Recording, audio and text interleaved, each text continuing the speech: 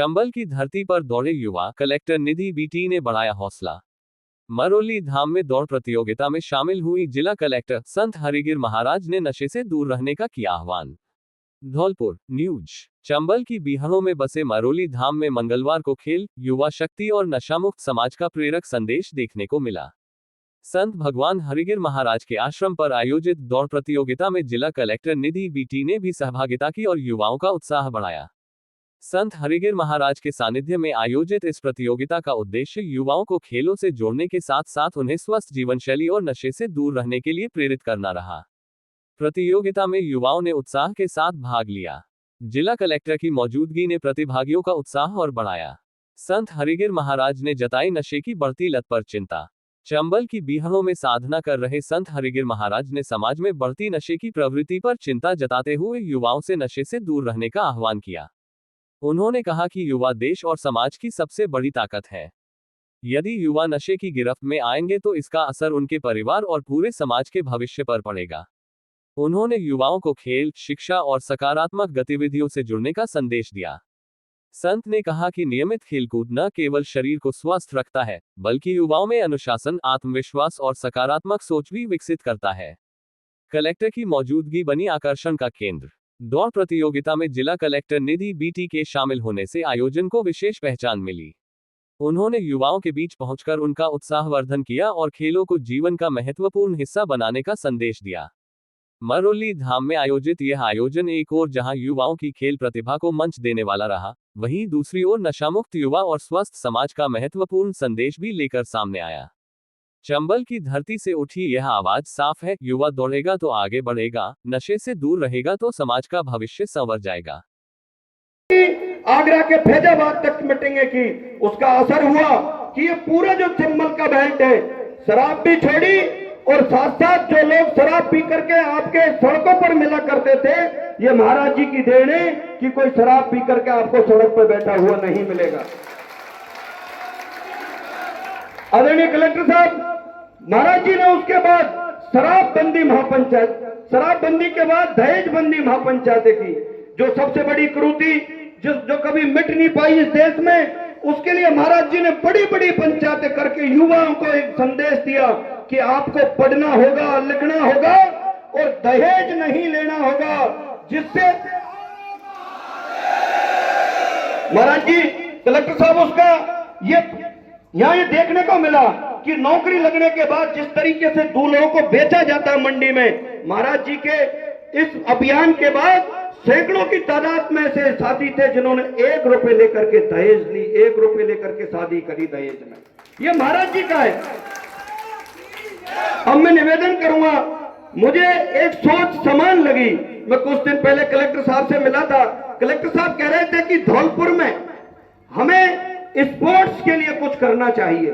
Collector साहब ने मुझसे व्यक्तिगत कहा था, लेकिन जैसे ही मुझे परसों सूचना मिली कि हमारे गुरुजी ने ही 24 तारीख को, और ये गुरुजी की जन्मभूमि भी है, पहले ऐसे संत होंगे जो अपनी जन्मभूमि में रहने के बाद, जिनका तप, जिनका ज्ञान, जिनका नाम जन्मभूमि में रहने के बाद पूरी दुनिया जिसको पूजती हो, वो पहले ऐसे संत होंगे।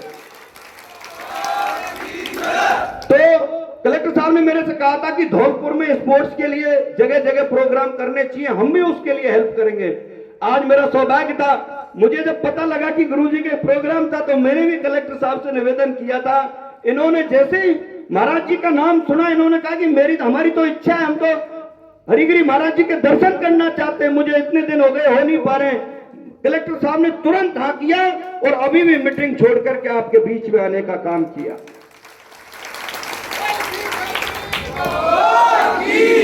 कलेक्टर साहब, अब गुरुजी की एक सोच है कि कुरीतियां मिटाई। अब जो यूथ है यहाँ की, जो यूथ, और खास तौर से मैं कहना चाहता हूं साहब कि हम जिस समाज से आते हैं, मेरी चर्चा भी हुई थी, कलेक्टर साहब ने खुल के कहा था कि धौलपुर के अंदर गुर्जर समाज को सिर्फ ये समझा जा रहा है, इस तरीके से बना दिया गया है कि ये तो सिर्फ बंदूक की गोली की बात कर सकते हैं, कलम की और पढ़ाई की बात नहीं कर सकते।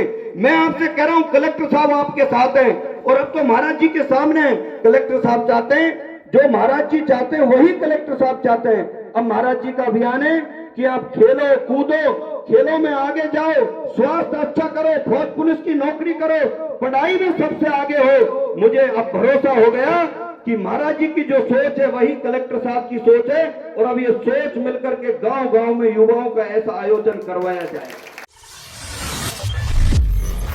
कलेक्टर के आदेश पर धौलपुर में खुलवाए गए बंद नाले, जेसीबी से निकली वर्षों की गंदगी। शारदा विद्यापीठ, गौशाला और शिवनगर कॉलोनी में नगरपालिका की बड़ी कार्रवाई, शिकायतों के बाद मौके पर पहुंची टीम। धौलपुर न्यूज। शहर में बंद पड़े नालों और जल निकासी की समस्या को लेकर लगातार मिल रही शिकायतों के बाद जिला प्रशासन ने गंभीरता दिखाई है। जिला कलेक्टर धौलपुर श्री निधि बीटी के निर्देश पर नगर पालिका प्रशासन ने बंद पड़े नालों को खुलवाने के लिए विशेष सफाई अभियान शुरू किया। नगर पालिका के अधीक्षण अभियंता खेमराज मीणा के निर्देशन में सफाई निरीक्षक प्रकाश श्रीवास्तव एवं सीताराम शर्मा के नेतृत्व में टीम मौके पर पहुंची। टीम द्वारा शहर के शारदा विद्यापीठ स्कूल के पास, गौशाला क्षेत्र तथा शिवनगर कॉलोनी में लंबे समय से बंद पड़े नालों का निरीक्षण किया गया। जेसीबी पहुंची तो बाहर निकली नालों में जमा गंदगी। नगर पालिका की टीम जेसीबी मशीन के साथ मौके पर पहुंची और बंद पड़े नालों की सफाई का कार्य शुरू कराया। नालों में जमा गंदगी, कीचड़ एवं मलबे को जेसीबी की मदद से बाहर निकाला गया, जिससे पानी की निकासी का रास्ता साफ हो सके। स्थानीय लोगों की ओर से इन क्षेत्रों में नालों के अवरुद्ध होने और सफाई नहीं होने की शिकायतें लगातार सामने आ रही थीं। ऐसे में प्रशासन के निर्देश पर की गई इस कार्रवाई को स्थानीय स्तर पर महत्वपूर्ण माना जा रहा है। जलभराव की समस्या से मिलेगी राहत। सफाई निरीक्षक सीताराम शर्मा द्वारा जानकारी देते हुए कहा कि नालों की नियमित सफाई नहीं होने के कारण बारिश के दौरान कई इलाकों में जलभराव की स्थिति बनने की आशंका रहती है। नालों से गंदगी और मलबा हटने के बाद पानी की निकासी बेहतर होने की उम्मीद है। नगर पालिका की टीम ने मौके पर बंद नालों की स्थिति को देखा और आवश्यक स्थानों पर जेसीबी के माध्यम से सफाई कराई। अभियान के दौरान नालों से निकाली गई गंदगी को भी हटाने की कार्रवाई की गई। कलेक्टर के निर्देश के बाद सक्रिय हुआ नगर पालिका प्रशासन। जिला कलेक्टर निधि बीटी द्वारा शहर में सफाई एवं जल निकासी व्यवस्था को लेकर मिल रही शिकायतों पर संज्ञान लेने के बाद नगर पालिका प्रशासन की ओर से कार्रवाई तेज की गई है। अधिकारियों का जोर शहर के ऐसे स्थानों पर है जहां नालियां लंबे समय से अवरुद्ध हैं और बारिश के समय लोगों को परेशानी का सामना करना पड़ता है। नगर पालिका के अधिकारियों ने संकेत दिया कि बंद नालों की सफाई और जल निकासी व्यवस्था को दुरुस्त करने के लिए अभियान को आगे भी जारी रखा जाएगा। स्थानीय लोगों का कहना है कि यदि नालों की सफाई नियमित रूप से होती रहे तो बारिश के दिनों में जलभराव और गंदगी से जुड़ी समस्याओं में काफी कमी लाई जा सकती है। धौलपुर में मानसून की अच्छी दस्तक, बांधों में 78.62% पानी। पार्वती 93% से ज्यादा भरा। उर्मिला सागर क्षेत्र में 65 मिलीमीटर बारिश। चंबल नदी 121.50 मीटर पर स्थिर, जल संसाधन विभाग की निगरानी जारी। धौलपुर न्यूज। धौलपुर जिले में मानसून का दौर जारी है। जल संसाधन विभाग की ओर से 25 अगस्त 2026 को सुबह 8 बजे जारी दैनिक मानसून रिपोर्ट के अनुसार जिले के प्रमुख बांधों में कुल 137.39 एमक्यूएम पानी उपलब्ध है, जो कुल सकल क्षमता का 78.62% है। जलाशयों में पानी की स्थिति फिलहाल संतोषजनक बनी हुई है। जिले के प्रमुख पार्वती बांध में 93.27% पानी उपलब्ध है, जबकि रामसागर में 95.69% पानी दर्ज किया गया है। उर्मिला सागर में 69.54%, तालाबशाही में 62.81% और आरटी बंध में 63.38% पानी उपलब्ध है। उर्मिला सागर क्षेत्र में सबसे ज्यादा बारिश। जिले में पिछले 24 घंटे के दौरान औसत 19.5 मिलीमीटर बारिश दर्ज की गई। इसमें उर्मिला सागर क्षेत्र में सबसे अधिक 65 मिलीमीटर, अनगई में 32 मिलीमीटर, तालाबशाही में 25 मिलीमीटर, बाड़ी में 13 मिलीमीटर, धौलपुर में 7 मिलीमीटर और राजाखेड़ा में 6 मिलीमीटर बारिश हुई। 15 जून से अब तक जिले की औसत संचयी बारिश 460.8 मिलीमीटर पहुंच गई है, जो औसत वार्षिक वर्षा के मुकाबले 70.9% है। चंबल नदी खतरे के स्तर से काफी नीचे। रिपोर्ट के अनुसार चंबल नदी का जलस्तर 121.50 मीटर दर्ज किया गया, जो पिछले दिन के स्तर के बराबर है। नदी में वर्तमान डिस्चार्ज 463 क्यूमेक यानी 16,349 क्यूसेक दर्ज हुआ। चंबल का चेतावनी स्तर 129.79 मीटर और खतरे का स्तर 130.79 मीटर है। जल संसाधन विभाग और फ्लड कंट्रोल सेल द्वारा जिले के बांधों एवं नदियों के जलस्तर पर लगातार निगरानी रखी जा रही है। मानसून को देखते हुए विभागीय अधिकारी जलाशयों की स्थिति और नदी के जलस्तर की नियमित रिपोर्ट तैयार कर रहे हैं। धौलपुर पुलिस बनी अकेले बुजुर्गों का सहारा, गांव शहर पहुंचकर पूछा हालचाल, सुरक्षा के साथ दिया भरोसा। धौलपुर न्यूज। जिन वरिष्ठ जनों ने अपनी पूरी जिंदगी परिवार, समाज और देश के निर्माण में योगदान दिया, अब उनकी सुरक्षा और सम्मान की जिम्मेदारी समाज और पुलिस की है। इसी भावना के साथ धौलपुर पुलिस ने जिले के गांवों और शहरों में अकेले रह रहे बुजुर्गों से संवाद करने का विशेष अभियान शुरू किया है। अभियान के तहत पुलिसकर्मी ऐसे वरिष्ठ जनों के घर पहुंचकर उनका हालचाल जान रहे हैं और उनकी समस्याओं को समझने के साथ ही उन्हें सुरक्षा संबंधी आवश्यक जानकारी भी दे रहे हैं। पुलिस की इस पहल का उद्देश्य अकेले रहने वाले बुजुर्गों में सुरक्षा का भाव पैदा करना और जरूरत के समय उन्हें तत्काल सहायता उपलब्ध कराना है। यह अभियान निरंतर जारी है। पुलिस की ओर से वरिष्ठ जनों को भरोसा दिलाया जा रहा है कि किसी भी प्रकार की परेशानी, असुरक्षा या सहायता की जरूरत होने पर वे बिना झिझक मदद मांगे। वरिष्ठ नागरिकों की सुरक्षा, सम्मान और सहायता केवल पुलिस ही नहीं, बल्कि पूरे समाज की सामूहिक जिम्मेदारी है। पुलिस ने आमजन से भी अपील की है कि अपने आसपास अकेले रहने वाले बुजुर्गों का हालचाल लेते रहें और जरूरत पड़ने पर उनकी सहायता के लिए आगे आएं। एक कॉल बन सकती है बुजुर्गों का सुरक्षा कवच। किसी वरिष्ठ जन को परेशानी होने या सहायता की आवश्यकता होने पर सीनियर सिटीजन्स हेल्पलाइन 14567 पर संपर्क किया जा सकता है। पुलिस के अनुसार आपकी एक छोटी सी पहल किसी बुजुर्ग के लिए सुरक्षा, सम्मान और भरोसे का बड़ा सहारा बन सकती है। धौलपुर डाइट बनी असली शिक्षा की पहचान, कलाकृतियों में जीवंत हुआ जिले का गौरवशाली इतिहास। धौलपुर न्यूज। जिला शिक्षा एवं प्रशिक्षण संस्थान डाइट धौलपुर ने शिक्षा को केवल किताबों तक सीमित न रखते हुए विद्यार्थियों को स्थानीय इतिहास, संस्कृति, विरासत और राष्ट्रनायकों से जोड़ने की अनूठी पहल की है। डाइट परिसर में जिले के स्वतंत्रता सेनानियों, देशभक्तों, वीर महापुरुषों और गौरवशाली ऐतिहासिक प्रसंगों को आकर्षक कलाकृतियों एवं नाम पट्टिकाओं के माध्यम से जीवंत स्वरूप दिया गया है। ये कार्य डाइट प्रधानाचार्य श्री गोविंद गर्ग के निर्देशन एवं सहायक लेखाधिकारी श्री अमिताभ बच्चन मीना की निगरानी में कराया गया। परिसर में तैयार की गई कलाकृतियां विद्यार्थियों के लिए इतिहास की खुली पाठशाला का काम कर रही हैं। स्थानीय नायकों को मिला सम्मान। डाइट परिसर में धौलपुर के स्वतंत्रता सेनानियों और स्थानीय वीर सपूतों के योगदान को प्रमुखता से प्रदर्शित किया गया है। इसका उद्देश्य नई पीढ़ी को अपने जिले के इतिहास और उन नायकों के त्याग व संघर्ष से परिचित कराना है, जिनका योगदान स्थानीय स्तर पर महत्वपूर्ण रहा है। भावी शिक्षकों के लिए प्रेरणा का केंद्र। डाइट में प्रशिक्षण प्राप्त कर रहे भावी शिक्षक इन कलाकृतियों के माध्यम से स्थानीय इतिहास और विरासत से जुड़ रहे हैं। ये पहल उन्हें विद्यालयों में विद्यार्थियों को पाठ्य पुस्तकों के साथ स्थानीय इतिहास, संस्कृति और राष्ट्रनायकों की गाथाओं से जोड़ने के लिए प्रेरित करेगी। डाइट की यह पहल सरकारी शिक्षण संस्थानों के लिए भी अनुकरणीय मॉडल बन सकती है। शिक्षा के साथ इतिहास, संस्कार, संस्कृति और राष्ट्रभावना को जोड़कर संस्थान ने असली शिक्षा की पहचान को परिसर में जीवंत रूप देने का सराहनीय प्रयास किया है। धौलपुर रीको में नमकीन कारोबारियों पर जानलेवा हमला, 1.5 लाख की नकदी और चेन लूटी, 10 मिनट तक लाठी डंडों और बेसबॉल बैट से पीटा, एक कारोबारी का हाथ पैर टूटा, पूरी वारदात सीसीटीवी में कैद। धौलपुर न्यूज।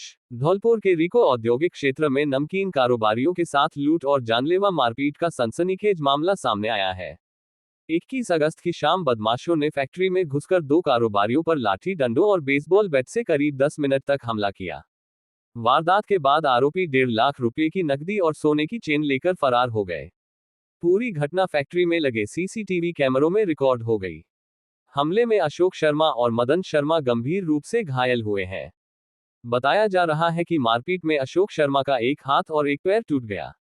गंभीर हालत के चलते उन्हें धौलपुर जिला अस्पताल से जयपुर रेफर किया गया है। पहले किया पीछा, फिर फैक्ट्री की रेकी। थाना निहालगंज में दर्ज रिपोर्ट के अनुसार अशोक शर्मा और मदन शर्मा 21 अगस्त की शाम फैक्ट्री के काम के लिए 1.50 लाख रुपए लेकर मोटरसाइकिल से रीको जा रहे थे। रास्ते में मयूरी अस्पताल के पास एक सफेद थार ने उनका पीछा किया और LIC ओडेला रोड के पास बाइक के आगे कट मारकर निकल गई। फैक्ट्री पहुंचने के बाद एक सफेद अपाचे मोटरसाइकिल सवार व्यक्ति द्वारा कथित रूप से रेकी की गई।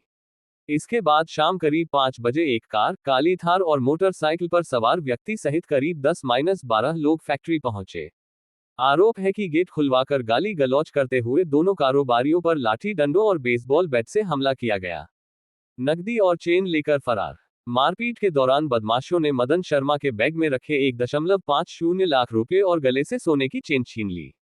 घटना के बाद आरोपी मौके से फरार हो गए। पीड़ित पक्ष ने कुछ आरोपियों के नाम भी पुलिस को बताए हैं। व्यापारियों में रोष, आरोपियों की गिरफ्तारी की मांग। घटना के बाद क्षेत्र के व्यापारियों में आक्रोश है। व्यापारियों का कहना है कि रिको जैसे औद्योगिक क्षेत्र में इस तरह की वारदात से कारोबारियों की सुरक्षा को लेकर गंभीर सवाल खड़े हो रहे हैं। थाना निहालगंज पुलिस ने मामला दर्ज कर जांच शुरू कर दी है। सीसीटीवी फुटेज के आधार पर आरोपियों की पहचान और गिरफ्तारी के प्रयास किए जा रहे हैं। पैगंबर हजरत मोहम्मद साहब के 1500 पहले जन्मदिवस पर दावत-ए-इस्लामी इंडिया की सेवा पहल। जिला अस्पताल में मरीजों को बांटे फल। धौलपुर न्यूज। इस्लाम के आखिरी पैगंबर हजरत मोहम्मद साहब के 1500 पहले जन्मदिवस के अवसर पर दावत-ए-इस्लामी इंडिया के वेलफेयर डिपार्टमेंट गरीब नवाज रिलीफ फाउंडेशन GNRF की ओर से सेवा एवं फल वितरण कार्यक्रम आयोजित किया गया। कार्यक्रम जिला चिकित्सालय एवं मातृ एवं शिशु अस्पताल धौलपुर में हुआ, जहां मरीजों और उनके परिजनों को फल वितरित किए गए। कार्यक्रम में प्रमुख चिकित्सा अधिकारी डॉक्टर समरवीर सिंह सिकरवार एवं जाहिद कुरैशी, प्रदेश मंत्री अल्पसंख्यक मोर्चा भाजपा की मौजूदगी रही। इस दौरान संस्था के पदाधिकारियों एवं कार्यकर्ताओं ने अस्पताल में भर्ती मरीजों और उनके परिजनों से मुलाकात कर उनका हालचाल जाना तथा फल वितरित किए। भलाई, भाईचारे और मानव सेवा का दिया संदेश। दावत-ए-इस्लामी इंडिया के धौलपुर जिला निगरान नदीम मदनी ने कहा कि पैगंबर हजरत मोहम्मद साहब ने हमेशा इंसानियत, दूसरों की भलाई, बीमारों की देखभाल, आपसी भाईचारे और जरूरतमंदों की मदद का संदेश दिया। उन्होंने लोगों को नशे से दूर रहने और सही रास्ते पर चलने की शिक्षा दी। उन्होंने कहा कि जन्मदिवस के अवसर पर अस्पताल में फल वितरण का उद्देश्य जरूरतमंदों की सेवा के साथ समाज में आपसी प्रेम, भाईचारे और मानवता की भावना को मजबूत करना है। कार्यक्रम के दौरान संस्था के कार्यकर्ताओं ने अस्पताल परिसर में मरीजों की सेवा को प्राथमिकता देते हुए फल वितरित किए। आयोजन के माध्यम से इंसानियत की सेवा ही सबसे बड़ी सेवा का संदेश दिया गया। सावन के अंतिम सोमवार को बाड़ी के शिवालयों में उमड़ा आस्था का सैलाब। कहीं फूलडोल तो कहीं सजे बर्फानी बाबा भोलेनाथ के विशेष अभिषेक और श्रृंगार के साथ शहर में लगे भंडारे। बारिश के बीच भी दर्शन को उमड़े श्रद्धालु। बाड़ी न्यूज। सावन के चौथे और अंतिम सोमवार को बाड़ी के शिवालय हर हर महादेव के जयकारों से गूंज उठे। शहर के विभिन्न मंदिरों में सुबह से ही श्रद्धालुओं की भीड़ उमड़ती रही। भक्तों ने भगवान भोलेनाथ का गंगाजल, दूध, बेलपत्र, भांग और धतूरा अर्पित कर विशेष पूजा अर्चना एवं अभिषेक किया। रिमझिम बारिश के बीच मंदिरों में भक्तिमय माहौल बना रहा। फूलों से सजे भोलेनाथ बर्फानी रूप में हुए दर्शन। शाम होते ही शहर के प्रमुख शिव मंदिरों में विशेष झांकियां सजाई गईं। बालेश्वर महादेव मंदिर में भगवान भोलेनाथ का फूलडोल रूप में आकर्षक श्रृंगार किया गया। पुजारी छीतो पंडित ने बताया कि फूलों से विशेष श्रृंगार के बाद आरती और चूरमा के लड्डुओं का प्रसाद वितरित किया गया। मंदिर में जागरण और भजन संध्या का भी आयोजन हुआ। वहीं कमलेश्वर महादेव मंदिर में भोलेनाथ और उनके परिवार को बर्फानी रूप दिया गया। बर्फ की सिल्लियों से सजाई गई विशेष झांकी श्रद्धालुओं के आकर्षण का केंद्र रही। दर्शन के लिए देर शाम तक सैकड़ों श्रद्धालु मंदिर पहुंचते रहे। गुरु की बगिया में अभिषेक के बाद विशाल भंडारा। शहर की गुरु की बगिया में भी भगवान भोलेनाथ का विशेष श्रृंगार किया गया। वृंदावन धाम से आए विद्वान पंडितों ने विधिवत अभिषेक कराया। इस दौरान श्रद्धालु संजू परमार एवं उनके परिवार ने विशेष श्रृंगार में भाग लिया। अभिषेक के बाद विशाल भंडारे का आयोजन हुआ, जिसमें सैकड़ों श्रद्धालुओं ने प्रसादी ग्रहण की। सावन के अंतिम सोमवार के अवसर पर बाड़ी के अन्य शिव मंदिरों में भी दिन भर विशेष पूजा अर्चना, अभिषेक, भजन कीर्तन और धार्मिक आयोजन हुए। श्रद्धालुओं की भारी मौजूदगी से पूरे शहर का माहौल शिव में नजर आया। विश्वनगिरी बाबा का लक्की मेला 3 सितंबर से उमड़ेगा आस्था का सैलाब। 3 दिवसीय मेले की तैयारियां तेज। सदर थाना प्रभारी ने मंदिर परिसर पहुंचकर सुरक्षा व व्यवस्थाओं का लिया जायजा। बाड़ी न्यूज। बाड़ी क्षेत्र में भादो माह में लगने वाले प्रसिद्ध विश्वनगिरी बाबा का लक्की मेला इस बार 3 सितंबर से शुरू होगा। 3 दिवसीय मेले को लेकर प्रशासन और मंदिर कमेटी ने तैयारियां तेज कर दी हैं। मेले में बड़ी संख्या में श्रद्धालुओं के पहुंचने की संभावना को देखते हुए सुरक्षा, भीड़ नियंत्रण और अन्य व्यवस्थाओं को लेकर प्रशासन सक्रिय हो गया है। इसी क्रम में सदर थाना प्रभारी मोहर सिंह मीणा मंदिर परिसर पहुंचे और मंदिर कमेटी के अध्यक्ष एवं सदस्यों के साथ बैठक कर मेले की तैयारियों की जानकारी ली। थाना प्रभारी ने परिसर में व्यवस्थाओं का जायजा लेते हुए श्रद्धालुओं की भीड़ को देखते हुए सुरक्षा इंतजामों, आने जाने के मार्ग, पार्किंग तथा कानून व्यवस्था से जुड़े पहलुओं पर चर्चा की। बीमारियों से राहत की आस्था लेकर पहुंचते हैं श्रद्धालु। विश्वनगिरी बाबा के इस मेले की क्षेत्र में विशेष धार्मिक मान्यता है। मान्यता के चलते हर वर्ष भादो माह में आयोजित होने वाले मेले में दूर दराज के क्षेत्रों से बड़ी संख्या में श्रद्धालु पहुंचते हैं। विशेष रूप से फोड़े फुंसी सहित विभिन्न बीमारियों से राहत की आस्था लेकर लोग बाबा के दरबार में पहुंचते हैं। मेले के दौरान मंदिर परिसर में श्रद्धालुओं की भारी भीड़ रहती है। सुरक्षा व्यवस्था पर रहेगा विशेष फोकस। मेले में संभावित भीड़ को देखते हुए पुलिस और प्रशासन की ओर से सुरक्षा व्यवस्था को लेकर विशेष तैयारियां की जा रही है। मंदिर कमेटी के साथ समन्वय कर भीड़ नियंत्रण, यातायात व्यवस्था और श्रद्धालुओं की सुविधा से जुड़े इंतजामों को अंतिम रूप दिया जाएगा। थाना प्रभारी मोहर सिंह मीणा ने व्यवस्थाओं को लेकर आवश्यक दिशा निर्देश भी दिए। मेले को लेकर श्रद्धालुओं में उत्साह है और 3 सितंबर से शुरू होने वाले 3 दिवसीय आयोजन में बड़ी संख्या में लोगों के पहुंचने की उम्मीद है। पार्वती नदी में डूबने से 32 वर्षीय युवक की मौत, सखवारा गांव के पास हादसा। पुलिस और एसडीआरएफ ने चलाया रेस्क्यू ऑपरेशन, काफी मशक्कत के बाद नदी से बरामद हुआ शव। Sample news. कोलारी थाना क्षेत्र में पार्वती नदी में डूबने से 32 वर्षीय युवक की मौत हो गई। हादसा सखवारा गांव के पास हुआ। मृतक की पहचान मनिया के वार्ड नंबर 2 निवासी विजय पुत्र हीरालाल कुशवाहा के रूप में हुई है। घटना की सूचना मिलते ही पुलिस मौके पर पहुंची और युवक की तलाश के लिए रेस्क्यू ऑपरेशन शुरू कराया गया। कोलारी थाना प्रभारी हरिनारायण मीणा पुलिस टीम के साथ मौके पर पहुंचे। सखवारा चौकी पुलिस के जवानों के साथ राज्य आपदा प्रतिक्रिया बल एसडीआरएफ की टीम को भी बुलाया गया। पुलिस और एसडीआरएफ की टीम ने नदी में युवक की तलाश शुरू की और काफी मशक्कत के बाद उसका शव बरामद कर लिया। शव अस्पताल की मोर्चरी में रखवाया। शव बरामद होने के बाद पुलिस ने उसे कब्जे में लेकर अस्पताल की मोर्चरी में रखवाया। पुलिस ने मृतक के परिजनों को घटना की सूचना दे दी है। हादसे के बाद परिजनों में शोक का माहौल है। पुलिस मामले की जांच में जुटी है और यह पता लगाने का प्रयास कर रही है कि युवक किन परिस्थितियों में पार्वती नदी में डूबा। मामले में आवश्यक कानूनी कार्रवाई की जा रही है।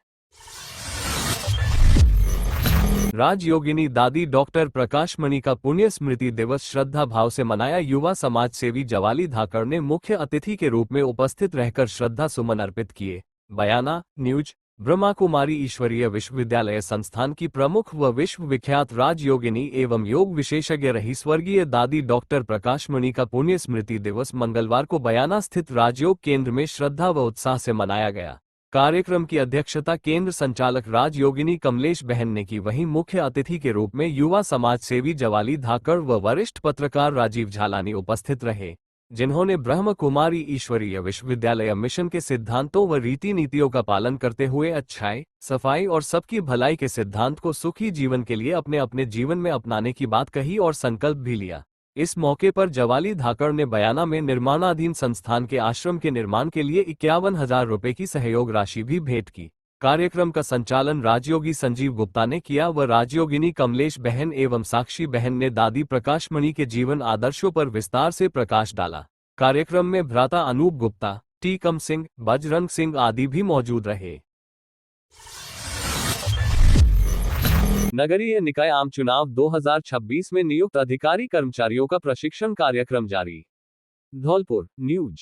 जिला निर्वाचन अधिकारी नपा एवं जिला कलेक्टर श्रीनिधि बीटी ने बताया कि राज्य निर्वाचन आयोग राजस्थान जयपुर द्वारा घोषित नगरीय निकाय के आम चुनाव 2026 हेतु नियुक्त अधिकारियों कर्मचारियों के नगरपालिका, नगर परिषद एवं जिला स्तर के प्रशिक्षण कार्यक्रम की शुरुआत 24 अगस्त से शुरू होकर 12 सितंबर तक चलेगा।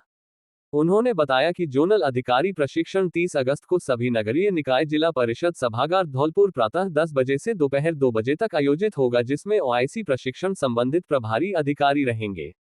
प्रशिक्षण कार्यक्रम इस प्रकार रहेगा। पीठासीन अधिकारी एवं प्रथम मतदान अधिकारी प्रशिक्षण राजकीय उच्च माध्यमिक विद्यालय महाराणा धौलपुर में 1 सितंबर से पीआरओ एवं पीओ 1 से 125 तक का प्रशिक्षण प्रातः 10 बजे से साय 4:30 बजे तक एक दिवस में पृथक पृथक बैच का होगा, जिसमें एक बैच में लगभग 40 की संख्या रहेगी। ओआईसी प्रशिक्षण संबंधित प्रभारी अधिकारी रहेंगे। इसी प्रकार 2 व 3 सितंबर को क्रमशः पीआरओ पीओ 126 से 250 तक का प्रशिक्षण तथा पीआरओ एवं पीओ 251 से 360 तक का प्रशिक्षण आयोजित होगा, जिसमें पोलिंग प्रक्रिया, ईवीएम व प्रपत्र भरने संबंधित प्रशिक्षण दिया जाएगा। ईवीएम कमिश्नरिंग स्टाफ का प्रशिक्षण 5 सितंबर से प्रातः 10 बजे से सभी नगरीय निकाय संबंधित नगर पालिका एवं नगर परिषद मुख्यालय पर प्रति नगरीय निकाय 30 प्रशिक्षणार्थी संबंधित रिटर्निंग अधिकारी की देखरेख में होंगे। Receipt dispatch of polling party staff का प्रशिक्षण 6 सितंबर से प्रातः 10 बजे से सभी नगरीय निकाय संबंधित नगर पालिका एवं नगर परिषद मुख्यालय पर प्रति नगरीय निकाय 30 प्रशिक्षणार्थी संबंधित रिटर्निंग अधिकारी की देखरेख में होंगे। सभी नगरीय निकाय के 1 से 50 तक के वीडियोग्राफर प्रशिक्षण 7 सितंबर को जिला परिषद सभागार धौलपुर में प्रातः 10 बजे से 1 बजे तक ओआईसी वीडियोग्राफी एवं ओआईसी प्रशिक्षण के संबंधित अधिकारी की देखरेख में होगा। उन्होंने बताया कि समस्त पोलिंग पार्टी का रवानगी दिवस को द्वितीय अंतिम प्रशिक्षण प्रातः 8 बजे से 8 सितंबर को प्रथम बैच का प्रशिक्षण राजकीय पॉलिटेक्निक महाविद्यालय धौलपुर में आयोजित होगा। 8 सितंबर को प्रातः 8 बजे से नगर पालिका राजाखेड़ा, मनिया, सेपू का प्रशिक्षण कार्यक्रम संबंधित नगर पालिका मुख्यालय स्तर पर आयोजित होगा। नगर पालिका बाड़ी, बसेड़ी एवं सरमथुरा का प्रशिक्षण 10 सितंबर को प्रातः 8 बजे से संबंधित नगर पालिका मुख्यालय स्तर पर आयोजित होगा। उन्होंने बताया कि मतगणना दलों का प्रशिक्षण 12 सितंबर को प्रातः 10 बजे से 1 बजे तक निर्धारित मतगणना प्रक्रिया हेतु सभी नगरीय निकायों हेतु प्रशिक्षण संबंधित नगर पालिका एवं नगर परिषद मुख्यालय में ओआईसी प्रशिक्षण संबंधित अधिकारी की देखरेख में होगा।